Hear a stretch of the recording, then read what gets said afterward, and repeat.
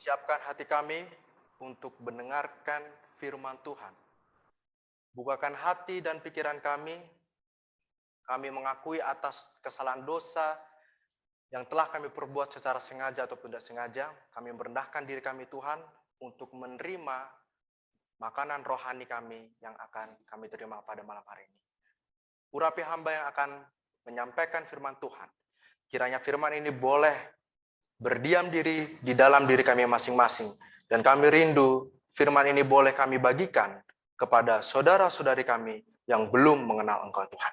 Inilah doa pengharapan kami. Kami berdoa dalam nama Yesus yang telah menjadi juru selamat dan penebus dosa kami. Amin.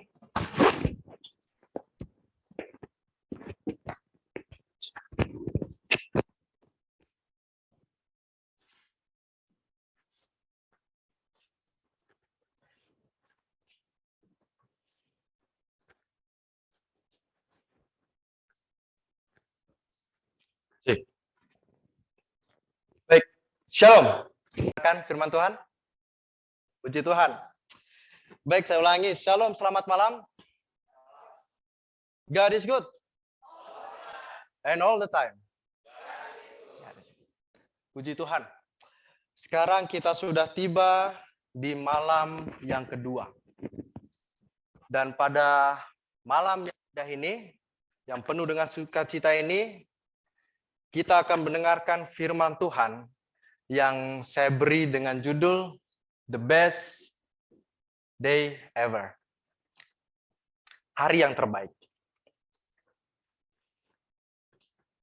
Menurut kita, kapankah hari terbaik yang pernah kita alami dalam hidup kita? Bagaimana Bapak Ibu? Hari yang terbaik yang pernah kita alami dalam hidup kita? Peristiwa apa? Mungkin boleh sampaikan. Dibaptis. Oke, mungkin ada lagi. Oke, ulang tahun. Oke, kita akan membuka slide yang pertama, ulang tahun. Ada yang lagi ingin menebaknya? Gajian. Oke, ada yang bilang gajian ya. Karena kita mendapatkan uang, terus kita bisa beli apa saja. Lulus. Oke, mungkin ada lagi. Oke, kita lanjut slide yang selanjutnya. Hari pernikahan. Oke ya, hari pernikahan. Wedding. Oh, wedding Pak ya tadi ya. Saya kurang dengar tadi Pak. Suaranya agak besarin dikit Pak. Wedding ya, hari pernikahan. Lalu, yang terakhir ialah Natal. Nah, namun ada juga hari yang kita tunggu-tunggu, best day ever, yaitu ketika kita bersama keluarga. Keluarga ini saya temukan di Malang. Tepatnya di Jemaat Cempaka Putih. Keluarga yang penuh dengan kesederhanaan, keluarga yang penuh dengan candaan, kadang ada yang hina dibungkus dengan candaan. Disinilah saya dapatkan semuanya. Banyak sekali pengalaman yang saya akan dapatkan, yang sudah saya dapatkan. Dan disinilah juga saya menemukan keluarga baru, new family, di mana saya merasakan tidak ada lagi beban apapun, dan saya merasakan dipenuhi dengan rasa kedamaian dan sukacita. Namun sejatinya hari dan waktu yang terbaik yaitu ketika kita menghabiskan waktu kita bersama dengan Tuhan. Hari apakah itu? Ya. Di dalam Yesaya 58 ayat yang ke-13. Call the Sabbath a delight. Hari Sabat adalah hari kenikmatan. Apabila engkau tidak menginjak-injak hukum hari Sabat dan tidak melakukan urusanmu pada hari kudusku, dan apabila engkau menyebutkan hari Sabat, hari kenikmatan, dan hari kudus Tuhan, hari yang mulia, apabila engkau menghormatinya dengan tidak menjalankan segala urusan, segala acaramu, dan dengan tidak mengurus urusanmu atau berkata omong kosong. Benarkah hari Sabat hari yang terbaik dan juga hari kenikmatan? Kita akan melihat kembali ke belakang bagaimana hari Sabat itu tercipta. Day of creation in Genesis 1. Hari yang pertama Tuhan menciptakan langit dan bumi. Hari yang kedua Allah menciptakan cakrawala. Hari yang ketiga Allah memisahkan daratan dan lautan. Dan di situ juga Allah menciptakan tumbuh-tumbuhan. Lalu hari yang keempat Tuhan menciptakan langit, bumi, beserta bintang-bintang di angkasa. Lalu hari yang kelima, Tuhan menciptakan lautan. Tuhan menciptakan binatang di lautan dan binatang yang berada di daratan. Lalu yang keenam ialah Tuhan menciptakan binatang di bumi, ternak dan binatang melata, termasuk juga kita diciptakan pada hari ke-6. Lalu apa yang terjadi pada hari yang ke-7?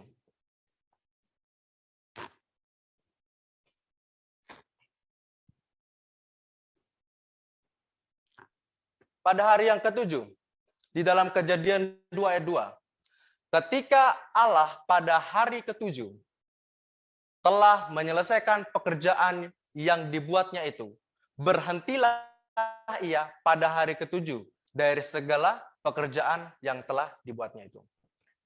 Dan juga di ayat yang ketiga mengatakan, lalu Allah memberkati hari ke-7 itu dan menguduskannya, karena pada hari itulah ia berhenti dari segala pekerjaan penciptaan yang telah dibuatnya itu. Di dalam buku Hari yang hampir dilupakan, mengatakan di sini adalah, ini adalah undangan pencipta untuk kita yang hidup, supaya kita beristirahat dan dari pikiran yang menegangkan dan tubuh kita yang lelah dengan cara bersekutu dengan Dia, agar menjadi satu dengan Sang Pencipta kita. Lalu hari apakah hari Sabat itu? Kalau kita berbicara mengenai Alkitab, berdasarkan Alkitab, kita bisa buka Alkitab kita dalam Matius 28 ayat yang pertama. Ibu yang berada di Zoom juga boleh membuka di dalam Matius 28 ayat yang pertama. Setelah hari Sabat lewat, menjelang menyingsingnya fajar pada hari pertama minggu itu, pergilah Maria Magdalena dan Maria yang lain menengok kubur itu. Pada Alkitab yang ditulis menggunakan bahasa sehari-hari, di situ disebutkan hari pertama dalam minggu itu.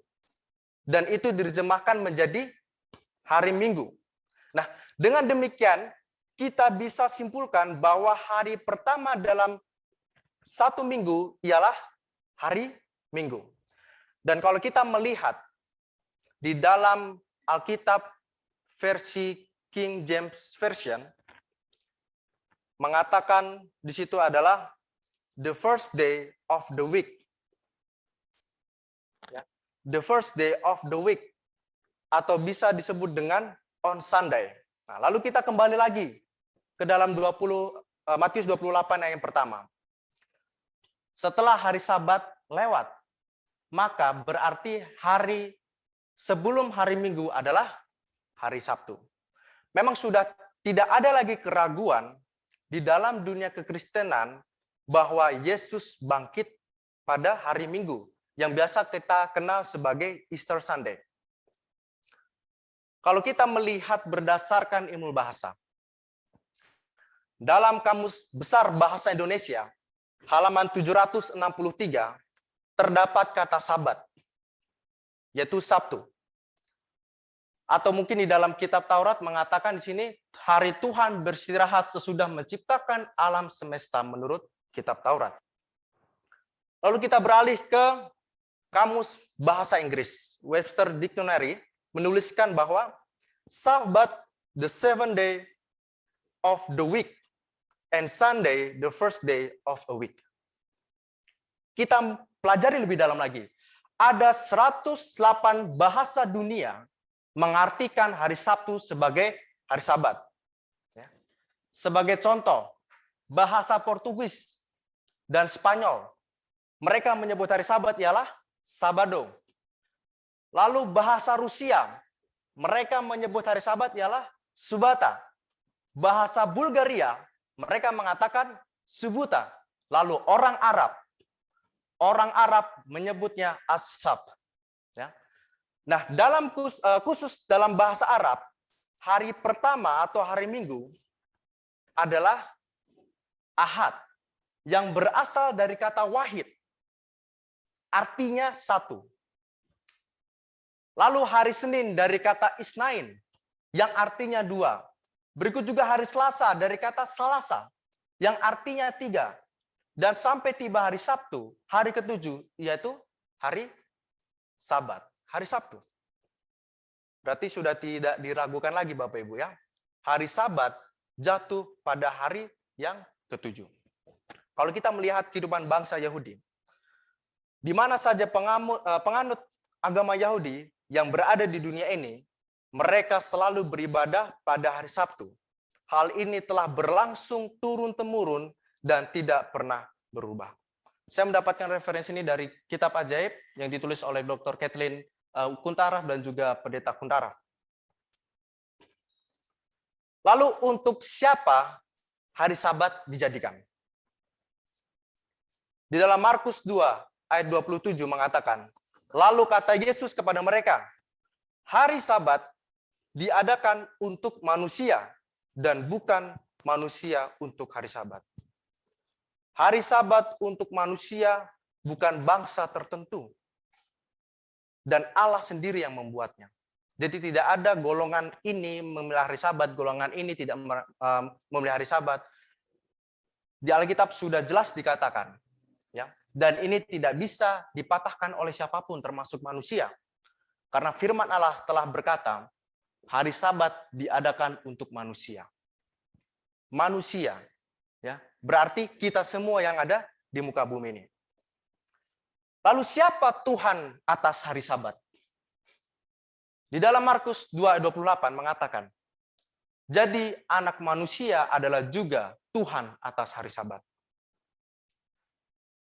Kita boleh catat di dalam catatan kita, meskipun Tuhan Yesus menjadikan semua hari, namun dia dipertuhankan dan dimuliakan pada hari Sabat. Sehingga Rasul Yohanes menyebut hari itu dengan sebutan hari Tuhan. Kita bisa lihat dalam Wahyu 1 ayat 10. Lalu untuk berapa lama hari Sabat dimaksudkan untuk disucikan? Di dalam Yesaya 66 ayat 22 dan 23 mengatakan, hari Sabat itu disucikan sampai lama-lamanya. Kita bisa mungkin dari salah satu anggota bisa membacakan dua ayat di depan ini.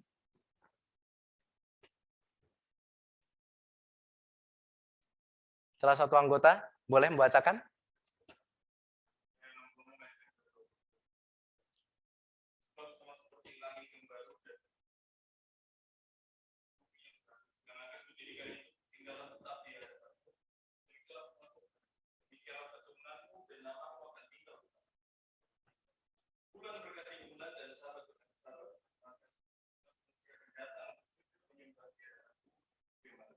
Bulan berganti bulan, Sabat berganti Sabat. Maka seluruh umat manusia akan datang untuk sujud menyembah di hadapanku, firman Tuhan. Hari Sabat, hari ketujuh, dibuat oleh Yesus pada waktu penciptaan. Dan itu harus disucikan sepanjang masa, yaitu sampai kedatangan Yesus yang kedua kali. Dari ke-10 hukum Allah, hanya satu yang berkata, ingatlah, yaitu hukum keempat. Di dalam Keluaran 20 ayat yang ke-8, ingatlah dan kuduskanlah hari Sabat. Kira-kira mengapa firman Tuhan mengatakan ingatlah? Ada yang tahu maksud dari firman Tuhan di dalam Keluaran 20 ayat 8? Mengapa firman Tuhan mengatakan ingatlah. Karena seringkali kita lupa. Kita lupa, kita sibuk bekerja, kita sibuk mencari uang, lalu kita sibuk berfantasi di dunia maya. Ya. Di dalam buku Peristiwa-peristiwa Akhir Zaman, selama pembebasan Kristen, musuh besar dari kebahagiaan manusia itu telah menjadi sabat hukum yang keempat. Itu sebagai sasaran dari serangan khusus. Dan disitulah setan berkata, aku akan berusaha menghalangi Allah. Aku akan memberikan kuasa kepada para pengikutku untuk menyingkirkan hari peringatan Allah, yaitu Sabat, hari yang ketujuh. Dengan demikian, aku akan menunjukkan kepada dunia ini bahwa hari yang disucikan dan diberkati Allah itu sudah diubah. Hari itu tidak boleh timbul dalam pikiran manusia. Aku akan menghapus ingatan tentang hari itu. Aku akan menempatkan sebagai gantinya satu hari yang tidak mengandung mandat Allah. Satu hari yang tidak bisa menjadi tanda antara Allah dengan umatnya. Aku akan menuntun mereka yang menerima hari ini untuk menaruh kesucian yang Allah berikan pada hari yang ketujuh.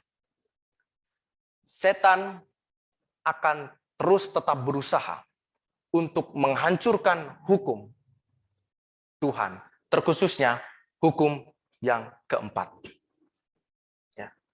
Di dalam Daniel 7, ayat yang ke-25 mengatakan, ia akan mengucapkan perkataan yang menentang yang maha tinggi dan akan menganiaya orang-orang kudus milik yang maha tinggi. Ia berusaha untuk mengubah waktu dan hukum. Ya, ia berusaha untuk mengubah waktu dan hukum. Siapakah oknum ini? Siapakah oknum ini yang bisa mengubah waktu dan hukum? Sekarang mari kita melihat ke belakang kepada pemimpin yang dilihat oleh Raja Belsyazar. Yang pertama, di dalam Daniel 7 ayat 17, binatang melambangkan kerajaan. Siapa kerajaan ini? Kerajaan apa saja? Kerajaan Babel, Media Persia, Yunani, dan Roma. Lalu ada 10 tanduk melambangkan 10 kerajaan dari kerajaan keempat itu di dalam Daniel 7 ayat 28. 10 kerajaan yang muncul dari kerajaan Roma, yang kita sebut sebagai 10 kerajaan Eropa. Ada 10, yaitu yang pertama, kerajaan Eropa, Heruli, Ostrogoth, Vandal, terus Inggris yang sekarang, Perancis, Jerman, Portugal, dan juga Switzerland. Dan juga Italia, dan juga Spanyol. Nah, dari 10 tanduk muncul satu tanduk kecil yang membuat 3 kerajaan hilang. Satu kerajaan muncul menumbangkan 3 kerajaan. Dan dialah yang mengubah hukum dan waktu. Hanya satu hukum yang ada di dalam 10 hukum Tuhan yang berhubungan dengan waktu, yaitu hukum keempat. Lalu kapan hukum keempat ini pernah dirubah? Paus Sixtus memulai proses penuntunan hari perbaktian dari hari Sabat kepada hari Minggu pada awal abad yang kedua. Paus Victor 200 Masehi mulai memaksakan pemeliharaan hari Minggu saat itu khusus hanya untuk bisop atau uskup. Dan undang-undang hari Minggu pertama kali dikeluarkan oleh Kaisar Konstantin pada tahun 321 Masehi. Karena mengapa mereka melakukan hal seperti ini? Karena awalnya mereka berpikir bahwa hari Sabat adalah hanya untuk orang Yahudi. Sehingga mereka berusaha untuk membedakan diri. Dan mereka melihat bahwa hari ini adalah cocok dengan hari penyembahan Dewa Matahari. Dewa Matahari orang Romawi. Sehingga mereka mulai menyukai hari tersebut. Dan yang pada saat itu yang dipaksakan kepada para bishop atau uskup. Nah, uskup ini adalah wali gereja, ya, atau biskop adalah pemimpin gereja setempat yang bernama keuskupan dan melambangkan sebagian dari hierarki gereja Katolik Roma setelah Sri Paus. Nah, kita kembali lagi ke dalam Alkitab. Di dalam Markus 2 ayat 27 mengatakan, lalu kata Yesus kepada mereka, hari Sabat diadakan untuk manusia dan bukan manusia untuk hari Sabat. Di dalam buku Monsignor Segur, Plain Talk About the Protestantism of Today, halaman 225, mengatakan, Gereja Katoliklah dengan wewenang Yesus Kristus yang telah mengalihkan hari perintahan itu kepada hari Minggu sebagai peringatan kebangkitan Tuhan kita. Dengan demikian, pemeliharaan hari Minggu oleh orang-orang Protestan adalah satu penghormatan tanpa mengindahkan keadaan mereka terhadap kekuasaan gereja, yaitu gereja Katolik. Dan ini telah dibuatkan di dalam Yohanes 10 ayat 16. Ada lagi padaku domba-domba lain yang bukan dari kandang ini. Domba-domba itu harus kutuntun juga dan mereka akan mendengarkan suaraku dan mereka akan menjadi satu kawanan dengan satu gembala. Matius 5:9 mengatakan, percuma mereka beribadah kepadaku, sedangkan ajaran mereka yang diajarkan ialah perintah manusia. Kisah para Rasul 5 ayat 29. Kita harus lebih taat kepada Allah daripada manusia. Itulah sekilas mengenai mengingat selalu hari Sabat. Lalu, mengapa demikian? Apakah kita yang membuat hari Sabat itu kudus? Meskipun banyak orang yang tidak menguduskan hari Sabat, Sabat itu tidak akan berkurang sedikit pun kekudusannya.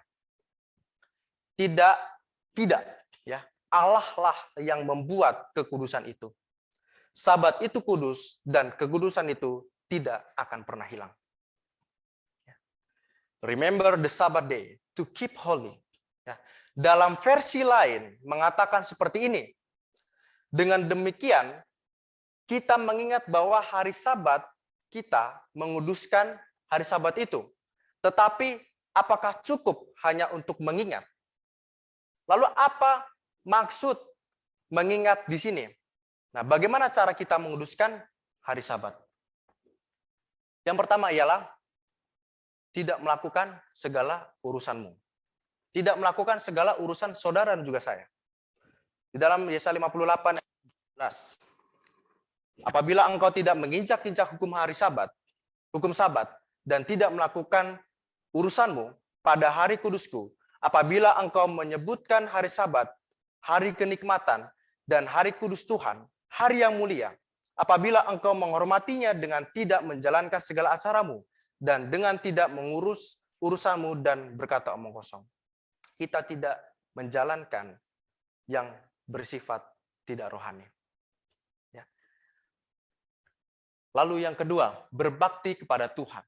Lukas 4 ayat 16 mengatakan, ia datang ke Nazaret, tempat ia dibesarkan, dan menurut kebiasaannya pada hari Sabat, ia masuk ke rumah ibadat, lalu berdiri hendak membaca dari Alkitab. Bahkan Yesus sendiri pun, Sang Juru Selamat kita, Tuhan kita yang agung, melakukan ibadah pada hari Sabat. Yang ketiga, berbuat kebaikan. Bukankah manusia jauh lebih berharga daripada domba? Karena itu boleh berbuat baik pada hari Sabat. Di dalam 1 Yohanes ayat 3 dan 4. Dan inilah tandanya bahwa kita mengenal Allah jika kita menuruti perintah-perintahnya. Barang siapa berkata, aku mengenal dia, tetapi ia tidak menuruti segala perintahnya, ia adalah seorang pendusta, dan di dalamnya tidak akan ada kebenaran. Sabat adalah tanda kesetiaan dan penurutan bahwa kita berada di pihak Allah. Bukan masalah perasaan, tetapi apakah saya menurut Tuhan atau tidak. Ya. Memang ini sudah menjadi amanat agung bagi kita seluruh umat manusia. Jikalau kita mengenal siapa Allah kita, kita juga akan mengenal bagaimana Tuhan memerintahkan di dalam firman-Nya. Di dalam Yohanes 14:15. Jikalau kamu mengasihi aku akan menuruti segala perintahku. Jikalau saudara dan juga saya mengasihi Tuhan, kita akan menuruti segala perintah Tuhan. Memang perintah Tuhan tidak mudah untuk kita turuti secara utuh. Lalu bagaimana firman Tuhan atau perintah Tuhan bisa kita lakukan secara gampang? Dengan cara kita boleh selalu dan kita boleh semakin dekat kepada Tuhan. Ya. Kita mengambil waktu sejenak untuk merenungkan dari mana asal kita ini. Kita ini berasal dari mana? Kulit kita, daging kita, semua yang berada dalam tubuh kita bukan milik kita. Bahkan jas, pakaian, mobil, rumah, harta, itu semua dari Tuhan. Tidak ada yang bisa kita sombongkan di dalam dunia ini. Sekalipun kita kaya melebihi dari siapapun yang paling kaya di dunia ini, semua itu hanya titipan sementara. Maka dari itu, jikalau kita mengasihi Tuhan, kita akan mengerti firman Tuhan dan kita akan menurutnya. Kiranya Tuhan bisa menyertai kita pada malam hari ini. Mari kita menerima hari Sabat itu. Mari kita menerima firman Tuhan. Mari kita menuruti segala firman Tuhan yang berada di dalam Alkitab. Kiranya Tuhan Yesus memberkati kita semua. Amin.